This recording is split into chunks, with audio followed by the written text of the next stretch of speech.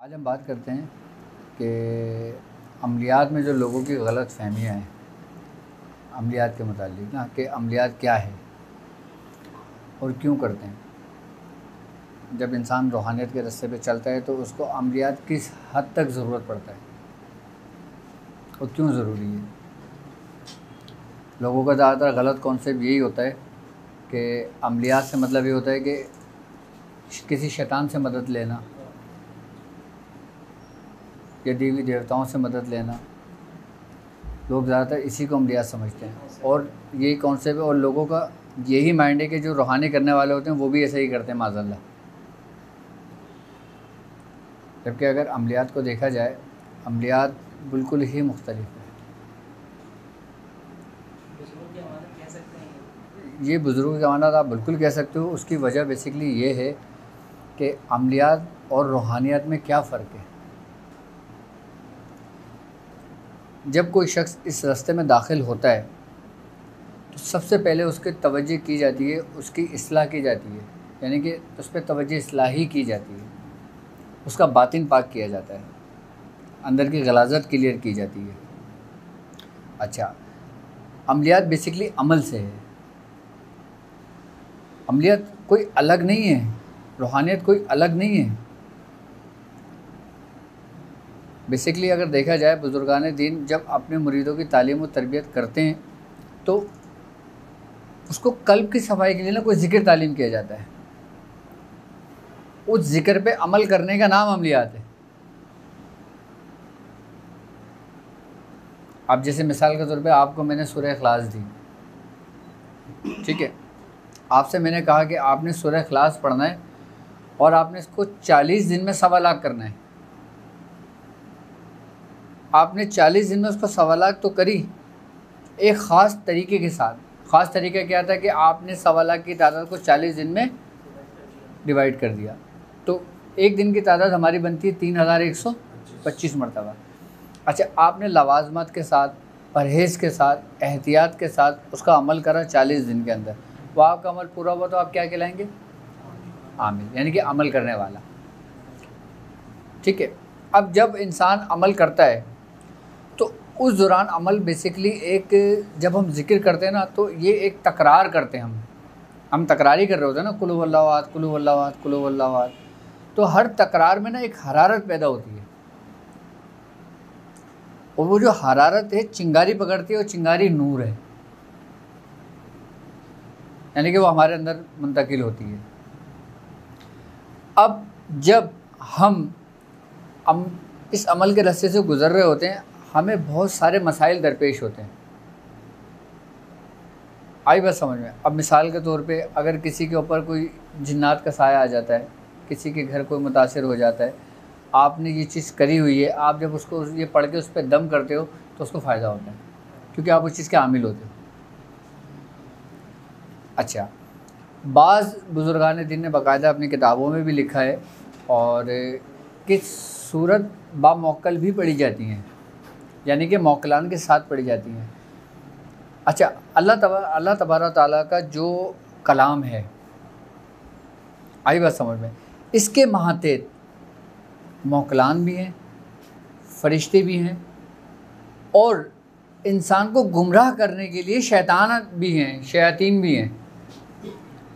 यानी कि कोई चीज़ हम जब पढ़ रहे होते हैं ना तो उसमें शयातीन की भी आमद होती है, उसमें मौक्कलान की तो बहुत बात की बात है, इसमें जिन्नातों की आमद होती है।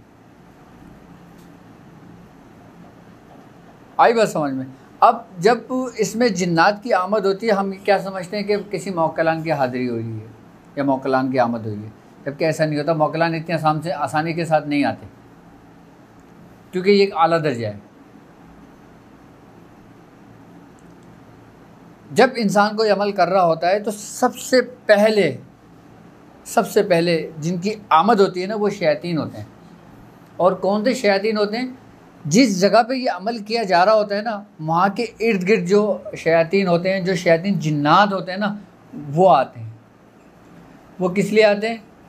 आपका जहन बटाने के लिए, आपका जहन डाइवर्ट करने के लिए, आपको गुमराह करने के लिए।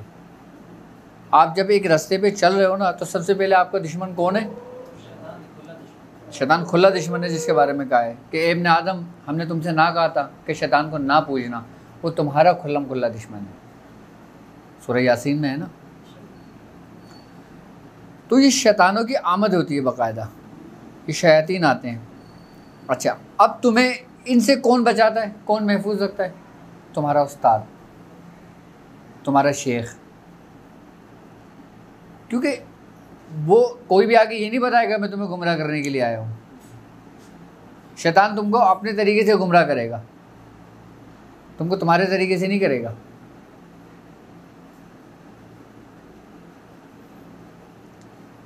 और जो सबक की तालीम दी जाती है ना कि आपने इसको इतना पढ़ना है, तो आपने उतना ही पढ़ना है। उसकी वजह ये होती है कि 40 दिन ही क्यों अमल करते हैं हम? 40 दिन की क्या अहमियत है, क्या हैसियत है, क्या हकीकत है इसकी? 40 दिन ये इंसानों ने मुकर्रर नहीं किए हैं। ये 40 दिन का जो मामला है ना, ये अल्लाह रब्बुल इज़्ज़त ने ख़ुद तयन किए हैं लोगों के लिए। जैसे अल्लाह ताला कुरान में कहता है ना कि हमने मूसा को 30 दिनों के लिए बुलाया कोहे तूर पर, और फिर 10 दिन बढ़ा दिए और उसको 40 दिन में मुकम्मल कर दिया। तो ये 40 दिन का फिगर तो अल्लाह रब्बुल इज़्ज़त की तरफ से है और इसकी बड़ी बरकतें हैं। अच्छा, जितनी भी दावतें दी जाती है ना, वो 40 दिन तक की मुहित होती हैं। तो हमारे अंदर गलत फहमी क्या पैदा हुई है कि अगर हम अमलियात का नाम लेते हैं या आमिल का नाम लेते हैं तो हमारा दिमाग सीधा गलत कॉन्सेप्ट की तरफ जाता है कि यार ये गलत काम करता होगा। अच्छा, जब आमिल ये अपना अमल मुकम्मल कर लेता है, ठीक है, मुकम्मल करने के बाद जब वो अपने आप को, अपने मामलात को दुनियावी मकासद की तरफ नहीं लेके जाता, यानी कि बक़दरे ज़रूरत रखता है उसको, तो फिर वो आगे बढ़ता है। अच्छा, कुछ लोग ऐसे होते हैं जो इसी मकाम पे ठहर जाते हैं क्योंकि वो एक माफूकुल फितरत चीज़ें देख रहे हैं ना, एक ऐसी इसरार दुनिया देख रहे हैं या ऐसे मामला देख रहे हैं जो उन्होंने कभी नहीं देखा। वही समझते हैं कि यही रूहानियत है, यही दुनिया है, सब कुछ। अब जब आप उसको दुनियावी मकासद के लिए हासिल करते हैं, क्या उसको दुनियावी मकासद के लिए हासिल करते हैं और दुनियावी मकासद में हासिल करने के साथ फिर आप दुनिया में मशगूल हो जाते हैं, तो फिर ये चीज़ आपको उस मकाम से निकलने नहीं देती। अच्छा, अब अमलियात की भी इक़साम है। मैं जिसका जिक्र कर रहा हूँ ये कहते हैं अमलियात नूरी, क्योंकि कुरान की हर आयत, कुरान की हर इस्म एक नूर रखता है। जैसे कि मैंने पहले बताया था कि कुरान में 3 नूर हैं, 3 इक़साम के नूर, एक सिया। अच्छा, इसके अंदर ही इसरार इलाही पोशीदा है। अब जैसे हम सूरह इखलास पढ़ते हैं, आप सूरह इखलास को क्या समझते हैं? सूरह इखलास में ही सब कुछ महफूज है, पोशीदा है। अब जब कोई एक बंदा कहीं ख़जाना रखता है, ठीक है, उस जगह पे उसको डर होता है कि चोर भी आएगा, उस जगह डर होता है कि इंसान मुहाफ़िज़ भी रखता है। अब एक दुनियावी मिसाल ले लो, आप आपके पास 2 पैसे अगर आ जाए, आपको सबसे पहला डर अपने घर वालों का होगा। आप क्या करेंगे? घर वालों की हिफाजत के लिए क्या रखेंगे? सिक्योरिटी रखेंगे, आप गार्ड रखेंगे, क्योंकि आपको पता है कि चोर कहीं ना कहीं कुछ ना कुछ नुकसान ना पहुंचा देंगे। और ये तो अल्लाह रब्बुल इज़्ज़त की अमानत है, तो क्या उस पर मुहाफ़िज़ नहीं होंगे? उस पर जो मुहाफ़िज़ है ना वो फ़रिश्ते हैं। फ़रिश्तों के बाद जो है ना वो ऐवान हैं, ऐवान के बाद जो है ना वो मौकलान हैं, मौकलान के बाद जो है ना वो सुरुक जिन्नात हैं, सुरुक जिन्नात के बाद जो है ना फिर वो शयातीन होते हैं कि जो अंदर दाखिल होने की कोशिश करते हैं, वो राज निकालने की कोशिश करते हैं जिससे लोगों को गुमराह कर सकें, लेकिन वो वहाँ तक नहीं पहुँच पाते। ये तो एक वो बात है ना कि एक ख़जाने की हिफाजत के लिए अल्लाह रब्बुल इज़्ज़त ने किस किस को मामूर किया हुआ है। अब जब इंसान कोई ख़जाने के करीब पहुँचने की कोशिश करता है, यानी कि उसके इसरार के करीब पहुँचने की कोशिश करता है, उसको हासिल करने की कोशिश करता है, आप कर रहे हैं, मैं कर रहा हूँ, ये कर रहे हैं, वो कर रहे हैं। अगर हम पढ़ाई कर रहे हैं तो किस लिए कर रहे हैं? अपने यार तक पहुँचने के लिए ना। उसके अजायबात को देखने के लिए ना। और जब हम अजायबात के करीब जाएंगे तो सबसे पहले हमारा पाला किससे बढ़ेगा? शैतान से, क्योंकि वो आपको कभी भी करीब नहीं आने देगा। क्यों? क्योंकि वो अल्लाह के राज़ व इसरार से वाकिफ़ है।